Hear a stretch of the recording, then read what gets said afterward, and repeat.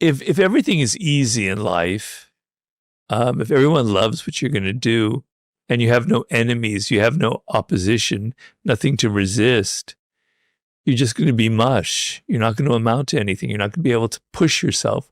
You're not going to be able to change, evolve. Muhammad Ali said, if I didn't have Joe Frazier around, I would not have become the great boxer that I am. I mean, he would have been a great boxer anyway, but a nemesis like Joe Frazier put me on a much higher level. Is there not a line in Batman where the Joker says, I complete you? If he doesn't, there should be. But it seems like the sort of thing that Heath Ledger said in there. But it is the truth. Though without the Joker, what's the Batman? Yeah. And I love the idea you should relish the chance to prove yourself. Pressure is a privilege in that way. Yeah. You know, I when I was doing the book with 50 Cent, The 50th Law, I was very kind of timid, and I decided to make it really a book about 50, because I was kind of like, he's the celebrity, who am I? So I wrote a very 50-centric version of the book about his business, etc., and nobody liked it. In fact, the publisher canceled the project. And here I was, my reputation was on the line. It could have been a humiliating blow to me. Okay, and so another publisher comes in and he says, Robert, you need to change the idea. You need to make it more about you, and not less about him, but more about you and your style and your ideas. The intersection. Yeah. So, oh shit, I spent a lot of time working on this, because if you do that, I'll publish the book. I go, oh, well, my reputation, I'll be ruined if I don't. Okay. And so, all right, I'll do it. He goes, okay, the bad news is you have 8 months to do that. You know, I worked like a fiend. Now, I didn't have an enemy here, but the challenge, it was like I was in a boxing ring with Joe Frazier, right?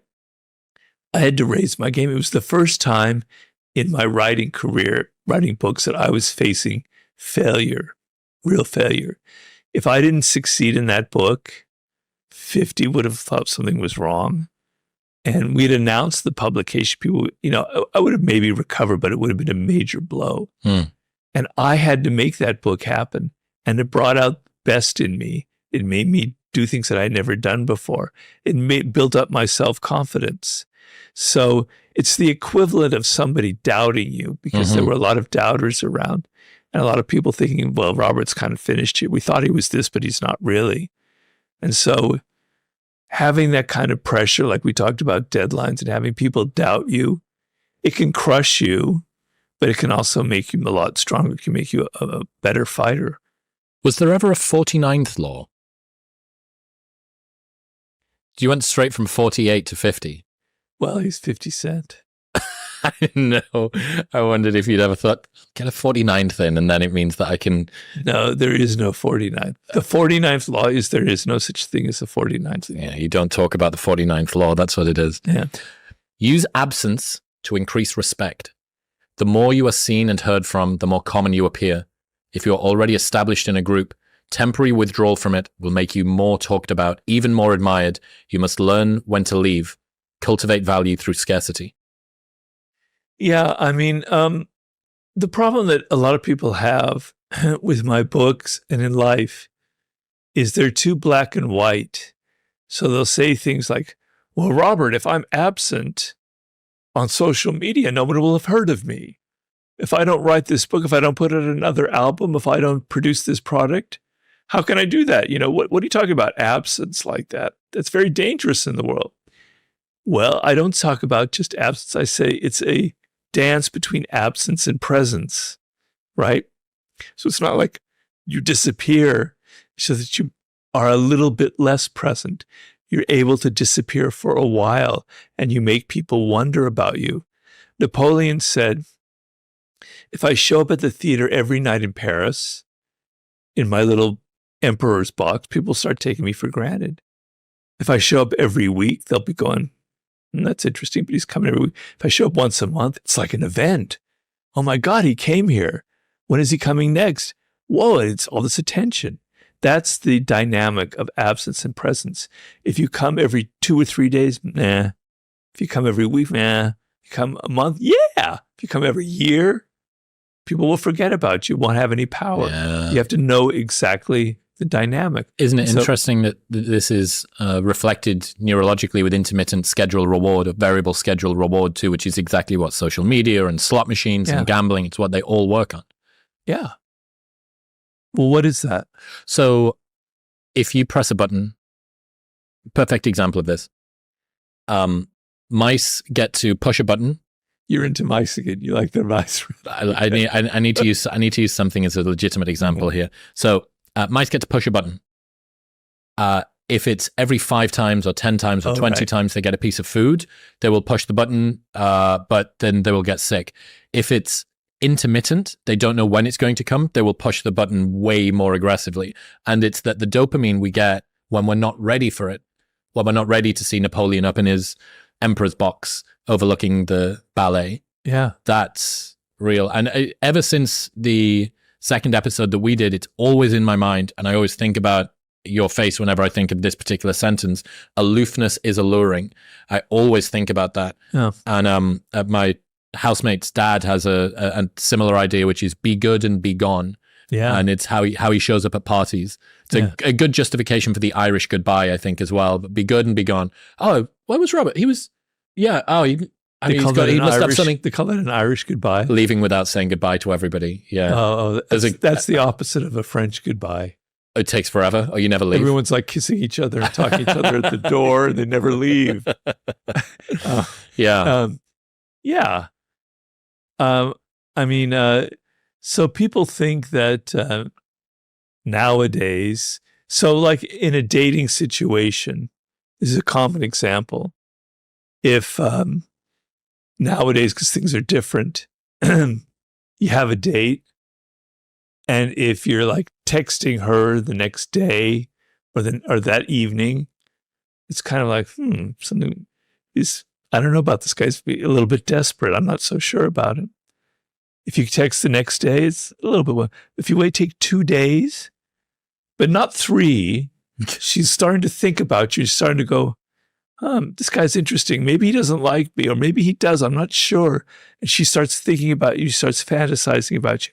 Then the second day, your name pops up. It has power. It has effect. So if you're inundating somebody, you don't give them room to fantasize. You don't give them room to think about you. And then they start taking you for granted kind of thing, So people say, yeah, but in the world, like celebrities will tell me, I had this one female rap star, I'm not going to say her name, who was saying, yeah, but Robert, in social media, I can't disappear. And I go, yes, you can. I mean, it was before the social media era, but Michael Jackson would disappear for several years before a record. Beyonce disappeared for like 2 years in between records, didn't produce anything. Then when she came out with a record, whoa, what a splash. You can still get away with it now. You just have to know the sweet spot. You have to know that maybe in social media, you can't disappear for a year or even a month. But if you do it for a week, people will notice it and they start thinking about you. So you have to kind of know how to play the game. I think there's a momentum build as well that perhaps is a price that you need to pay in the beginning. So there's a technique in erg rowing. So when you sit on one of those indoor rower things, concept 2, and what people will do in order to get the speed up more easily, they'll do little pulls, and then they'll do really long pulls, and that's when they start to get their power in. And I often think about that when it comes to people beginning anything. It's like, hey, if you haven't started your podcast, you don't get to be absent in the beginning. Yeah. Like that's just called not starting your podcast, right? Delaying the publishing of your first book is not you being aloof and alluring.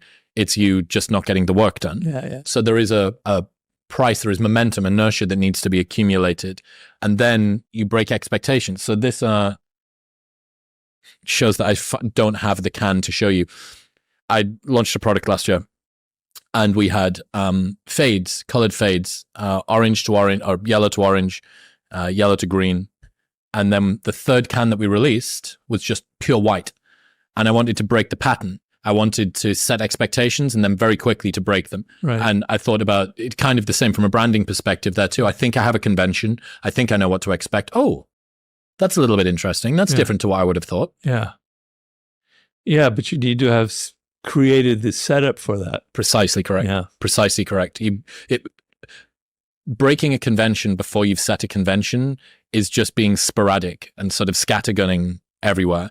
Whereas it would be like if you'd released an article that was one of the laws from 48 Laws, and then the next book was different or it was on a different topic, and you go, well, you haven't established enough of a style. I haven't got the expectation. You can't break an expectation that I don't yet have. And this is surprise as well. Well, that's why I say power is a game of psychology. So you have to master these very subtle and invisible rules of psychology. And so some people know it by instinct. They have a marketing sense that I need to break up expectations. If everything is always the same, there's no surprise. Okay? But you have to understand, you have to think about how people are going to respond. You have to understand the psychology involved. That surprise gets attention. That's what's not as expected stands out, and people are excited. They're interested in it. Okay? And also, creating viral effects is like the flip side of this, using absence and creating absence. So I talk about this in The Art of Seduction. If you pass by a restaurant where there's just one couple sitting there eating, you go, and the menu looks good and the reviews are good, you go, I don't think we want to go there. You go a few blocks further and there's this restaurant. People are packed, they're sitting there, they're all laughing, they're drinking.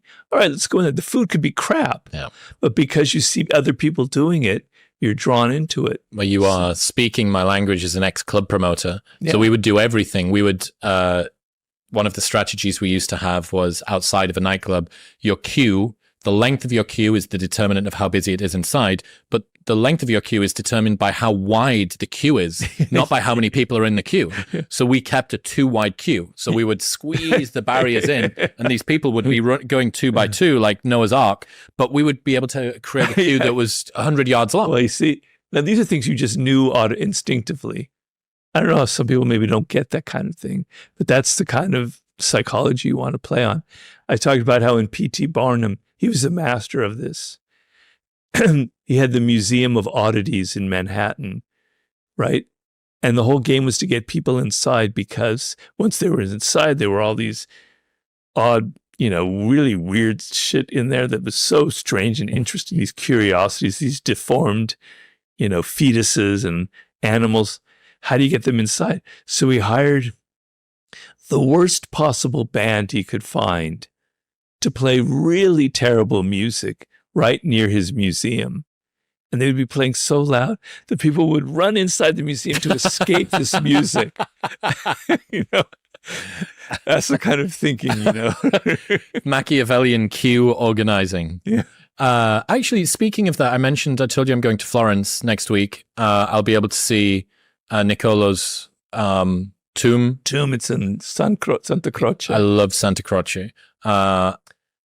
What is a lesson from Machiavelli that you think most people gloss over, or something, sort of a hidden gem that you wish had more exposure, that more people knew?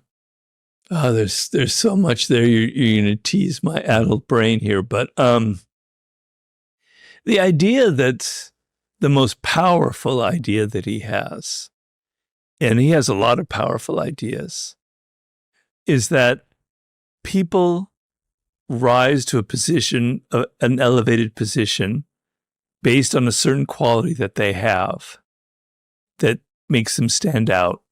Let's say for Chris Williamson, it's your pleasing ability, your bonhomie, your simpatico, whatever the language you want to use, makes you blah, blah, blah. But a point is reached where the times change, things are different, because life is always changing. And that thing that you relied on, that strength that you have, is no longer so in demand. It's not so interesting. The culture has moved on, but you don't know how to move on because you're addicted to the same way of doing things. Mm-hmm. So when he was saying what would be the perfect prince, to talk about the prince, like in his book, The Prince, would be a man or a woman, but this time it'd be a man who could continually adapt to circumstances, who just didn't have one form of power. He compared it, fortune is constantly shifting. You have to be able to shift with fortune and ride it and keep riding it upward and upward. That would be like a superhuman being who could always adapt to circumstances, not change who they are, not suddenly be a confident person who's now really timid, but to use your confidence in a different manner when the time asks for something different. And so in my consulting, most of the people who fail in life that I'm working with have reached a level of power, a position, but they can't go any further. They hit a ceiling because they don't know how to adapt. They only have one way of responding to circumstances.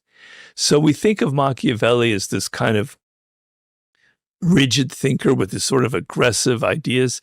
He's actually a very fluid thinker. And it's all about being fluid. One of his main metaphors is water, because, you know, there was a river in Florence and he was sort of obsessed with currents, kind of like in a Sun Tzu, an Asian way, your ability to flow and change and adapt to circumstances. And I wish people understood that and weren't so rigid about everything that they do. They weren't so rigid in how they read the 48 laws of power. They weren't so rigid in their politics. They weren't so rigid in their creative life. So it's finding play again in some way, I suppose. Play. And it's come up a lot over the last year or so for me. I think that there is, not for me, I'm not doing it. Someone, maybe not you either, you're busy, should write a book about play, about reintroducing a sense of play, what it does from a sort of psychological health standpoint. Well, one of the greatest books ever written has already been written on that subject. It's a book called Homo Ludens by Dutchman Johann Huizinga, written in like the 30s, I think. Nobody could ever write a better book. He talks about the history of play, and he goes deeply into the psychology of it. It's one of the best books you can ever read. Wow, Homo, meaning man, ludens is playing. So it's playing man. Yeah. So, you know, there's Homo sapiens, thinking about our brain. He's saying we're Homo ludens, we're the playing animal. It's an absolutely brilliant book. I could never top that. Thinking about Machiavelli, I had Dr. Alexander Lee on the podcast. So he wrote a phenomenal biography of Machiavelli. He came on the show. He's a historian. What was it called? I can't remember the name. I can't remember the name of his book. Anyway, he told me this story. I didn't realize that Machiavelli was such a tearaway, sort of little Lothario here and there. Oh, he was a total seducer. Yeah, he told me this story about him where he'd been on the road and I can't remember the term that he used, talks about something like a nuptial longing or something. It's this sort of very proper British, he's horny. Machiavelli's horny. And he gets taken Mandius, you would say. He gets taken into this brothel, and there's a woman that he sleeps with, but the light is off. And he says that he decides to get the candle and bring it closer to her, and he sees this hideous woman, and he throws up. He's traumatized by this thing that he's done. And to hear Dr. Lee, the very sort of proper British historian, telling me this story about... Well, the thing is, what really gets my goat, what I can't stand is people use the word Machiavellian, and they have this image of him as this evil, conniving person, you know, and they have the image of him and how he actually looks. He's like a rat, and he was an incredibly warm, humane human being who was really very funny and witty. He was a complete Renaissance man. So first of all, he understood politics on an extremely high level. Absolutely brilliant. He was not a great diplomat, he was a low-level diplomat, but he had a very good sense of psychology. He was a great seducer of women, we know that, okay? He also wrote a play. He wrote plays and he wrote poetry. People don't realize that. He wrote the most scandalous play I think ever written, making fun of the Catholic Church, where there are rituals taking place in a church that are incredibly impious, sacrilegious. It's called Mandragola. It's a hilarious play. Trust me. It was performed in the Vatican. It was so good at the time, in the 1520s. People don't realize that this man was a true Renaissance man. He was a poet. He was a playwright. He was a lover of women. He was a great strategist, So, yeah, I have lots of anecdotes about him too, as well, in that sense. But yeah, he's fantastic. I really enjoyed learning about the man. It's odd that the ideas precede a person. My favorite book about Machiavelli is called Machiavelli's Virtue by Harvey Mansfield.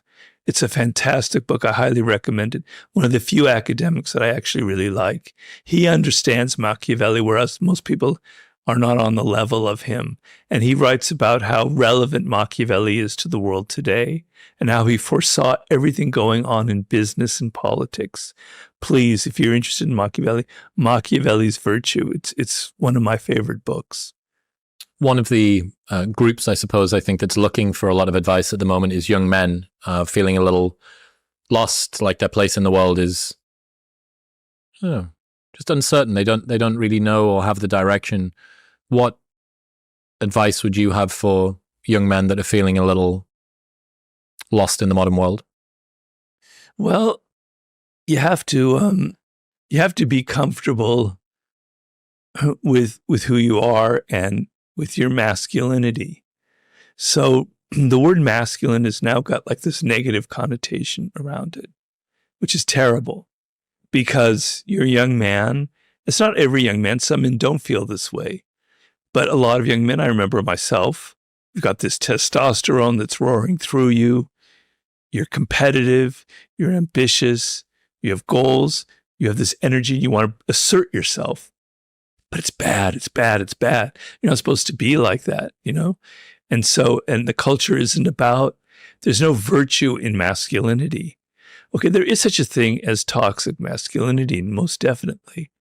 But there are virtues in being masculine, and have to be redefined.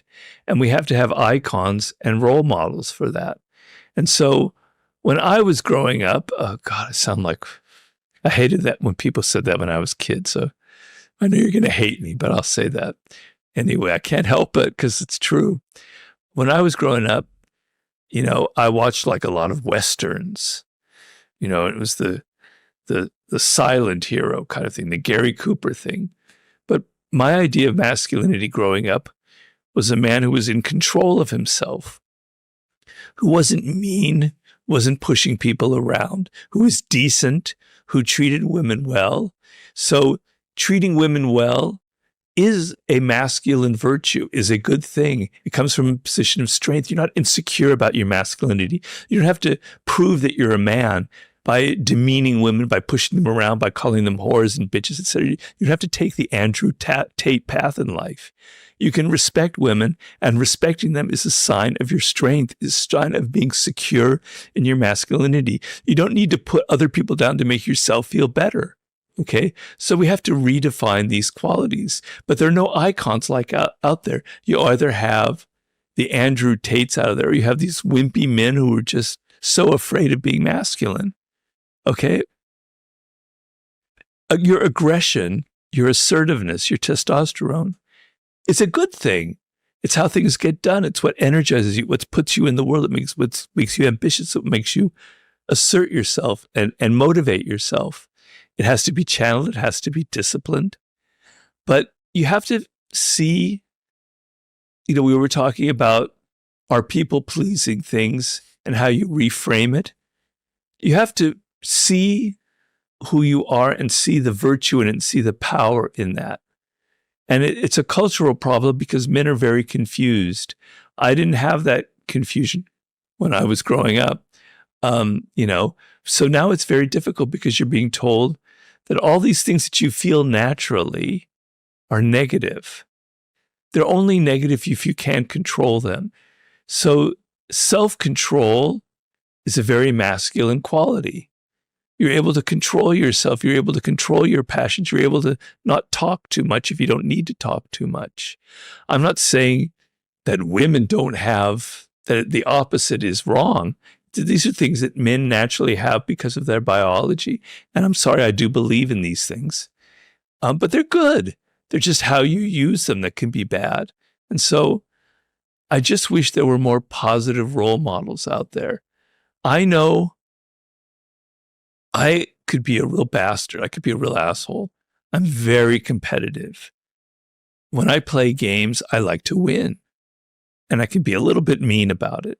Okay. I mean, I'm a pleaser, but I like winning. I channeled it, all of my aggression, all of that testosterone. I'm not saying I have more than anyone. I just have normal amounts. I poured it into my books. I poured that edge, that aggression, that like, damn you, I don't really like you. I don't like the world, into the 48 laws of power, into here's how these are how people manipulate. These are how people can be bad and cruel. And damn it, I'm going to get all my aggression by exposing it and showing it and being as real and direct. I channel it into something as opposed to hurting other people kind of thing. So finding ways to channel your aggressive tendencies is a positive way of being a man. You have to find whatever that is. Sports is a great example, but there are other things as well. It feels a lot like alchemy in a way. Or actually, alchemy is taking something which is bad or useless and turning it into something which is valuable. This is taking something which is uncertain. It could go either way. You know, this desire for mastery, for conquer, for achievement, and using it to propel you forward and hopefully making the world a better place. There's no reason that your desire to pursue and conquer and become masterful in a thing has to leave the world worse. It's not some weird zero-sum thing where in order for you to become better, you need to take from the world. I think it's additive. Yeah. Yeah. I mean, you have to be smart and you have to be in control of yourself and you have to be disciplined. But let's just add discipline to one of those other masculine virtues. It just needs to be redefined. We need people out there, men and even women who feel comfortable with this, saying these are the virtues. These are the good sides of being a man and being masculine. And so even mastering things and even being competitive is not bad. You build a business that kicks ass, that does really well, that gives people certain things that they needed or they wanted. So it's just a matter of how you channel that energy and how you control it. And what the virtues are is self-control, not feeling like you have to put people down in order to raise yourself up, feeling confident, not having to boast. A terrible toxic masculine quality is boasting and saying, look how much money I have, look how much women I've slept with, look at all this other thing. You're just talking. It's just a lot of hot air. That's not strong. That's actually weak. So many powerful qualities actually come from a position of great weakness and insecurity. When I look at leaders who are always like boasting and talking about, all the great things that they've done, I see a little insecure, little weak child having to say these things, right? So it just depends on whether it comes from something solid and strong or it comes from massive wells of insecurity. Robert Greene, ladies and gentlemen. Robert, I really, really appreciate your openness at being able to talk about this stuff. I think this line between human psychology and human nature is very much needed at the moment because, as you said about the masculinity portion, the role models, the archetypes, sort of previous lessons and channels that we would have run through, many of them have been thrown up in the air by technology, by changing social positions. And I'm looking forward to you getting this sublime, which I'm sure that you are as well, getting this sublime thing finished. Yeah. And then when it's finished, I'll be missing it. And ready to do the next one. What's your rough self-imposed submission date? Well, hopefully it'll be out in 2026. Okay. You're going to have to wait 2 years because it's going to take a year to finish and then a year to put it in shape. And I can say it's going to be a very weird book. Coming from you, that is a extra special claim. Yeah, it's the weirdest book, though, that I've ever written. Can you say why? Well, I'm trying to shake you up. I'm trying to make you not see the world in the same way. I'm trying to make you realize that you're looking at it in a very limited fashion. And so every chapter, I'm trying to challenge you and say that the world is different and actually much more exciting and interesting than you think it is. And so I would like to compare it to taking drugs without having to take the drugs, that it's going to kind of alter a little bit how you look at things as if you microdosed on something. The book's kind of like microdosing, So it's going to alter how you look at nature, how you look at animals, how you look at yourself, how you look at people, how you look at your own childhood, how you look at history, how you look at art and music, and then how you look at death. Death is the final chapter, obviously, because death is the ultimate sublime, something I know quite intimately. So it's going to be a weird book, and maybe it'll fail. Maybe I'll have 10 readers. Well, you've been certain over the last 8, so, Yeah, but this could be the one that fails. You never know. I've been thinking so much about awe and dread as 2 emotions that are pretty absent, and I imagine that they fit somewhere into the sublime. I think transcendent experiences like that are so important. I mean, I know we're at the end here, but the sublime is an unusual thing because it's a combination of pain and pleasure, of awe and terror, and these 2 things in the human body, and I analyzed the neurology, the physiology of it, create a kind of vibratory effect in you, where if it were just beautiful and pleasurable, well, okay. If it were just painful, but the combination of the 2 is startling, and it makes you look at it, and it has an effect on your body, and it gives you chills, And so, like when you look out at the night sky, it's infinite, it's awesome. But I'm so small. I'm so tiny. Insignificant. I'm so meaningless. Yeah. Put those 2 together and you have the sublime. Knowing yourself and knowing what makes you different and knowing these are things you can't really change. So my wanting to be a writer, or Tiger Woods wanting to be a golfer when he's like 2 years old, there's probably some genetic component in it. And maybe there's some early bonding, but there's probably a genetic component to it. You can't control it. It's who you are. And maybe that you can't control it is a good thing. And maybe it's there for a reason. And maybe if you wanted to do something else, it wouldn't work out. So my knowing that I wanted to be a writer instead of, a businessman or a lawyer like my parents wanted to be, probably saved my life, to be honest with you. So knowing what makes you different is kind of going to guide you past these dangerous moments in life and make you want to change who you are because you feel social pressure to change who you are. Yeah. To regress to this imaginary mean. Yeah, 2 elements I think of me that are genetically predisposed or at least very deeply embedded. The first one is I've always liked to talk and ask questions.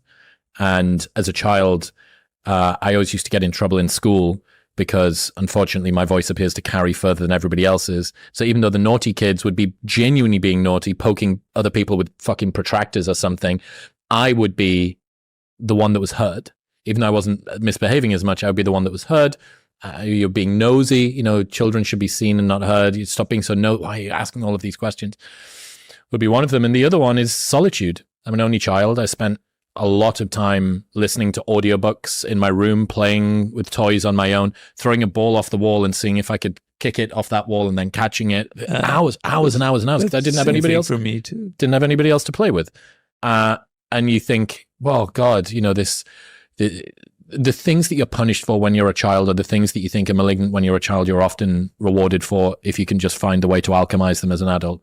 So I'm sure that your ability to sit and read or go to a cabin or write in your room and nobody's come and gone and you haven't noticed, and you think, well, my solitude as a child was maybe something that I lamented or that I saw as a weakness or something like that. And yet it's a superpower when I become an adult, if I can find the way to channel it. And the same thing for the question asking or the listening to audiobooks. You know, what's the 2024 internet version of an audiobook? It's a podcast. It's what I'm doing right now. Yeah. Yeah.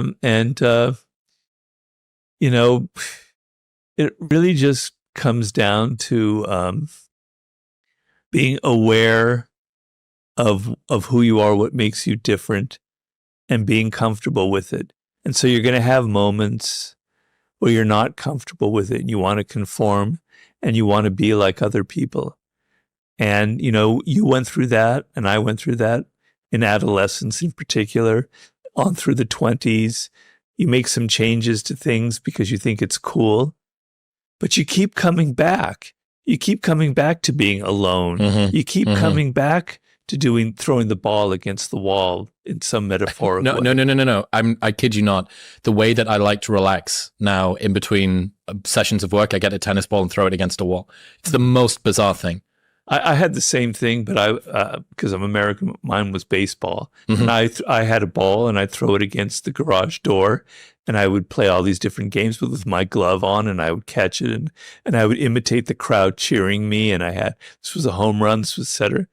You know, and if I could do it today, I still would. So I understand that. But you come back to these things because they're so strong in you. Yeah. And you can't help it. And they give you relief and they give you comfort and they're who you are. And so it all comes down to, do you come back to these things or do you change because of the pressures of other people? And what is the difference? Why are some people like that and some people are not? And that's the $1 million question. I think it's swimming upstream or swimming downstream is working against or working with your nature. Yeah. And trying to find a way to make it work for you as opposed to trying to change it so that you can find a way to make it work. Yeah. Makes a lot of sense. Sean Puri, who does My First Million, very, very smart guy. I remember one of the first conversations I ever had with him on Zoom. He had a sort of small leather black basketball in his hand, and we were just talking, and he was a little bit further back in his desk, and he was tossing it like this and rolling it along the desk, and sort of you throw it in the air. Like, what? So it wasn't like we were writing anything. It was a casual conversation between friends. I said, what are you doing? He says, I grew up playing basketball. I'm happiest with a ball in my hand. Yeah. And I thought, holy fuck, that's me. Every time that I go to the park, if there's a tennis ball, that's now mine for the rest of it. And I'll bounce it in my hands until we finish up. And then I'll, the tennis ball charity pool that it goes back into the park. Yeah. And I thought, holy fuck. So I came up with a name for that, which is a weirdness role model. And it's somebody who does a thing that sort of breaks the ceiling on what you thought was acceptable behavior. You've seen this guy do a thing and you go, oh my God, like maybe I could have a ball on my desk. Maybe I could have a tennis ball or a cricket ball on my desk. And that means that I can, because I've seen this guy do it, and it's a weirdo role model or a weirdness role model. Yeah, yeah. Well, I think we all need that in our life. People who are different. I remember in high school, I had an English teacher who kind of changed the course of my life. And he was very weird. He was very different.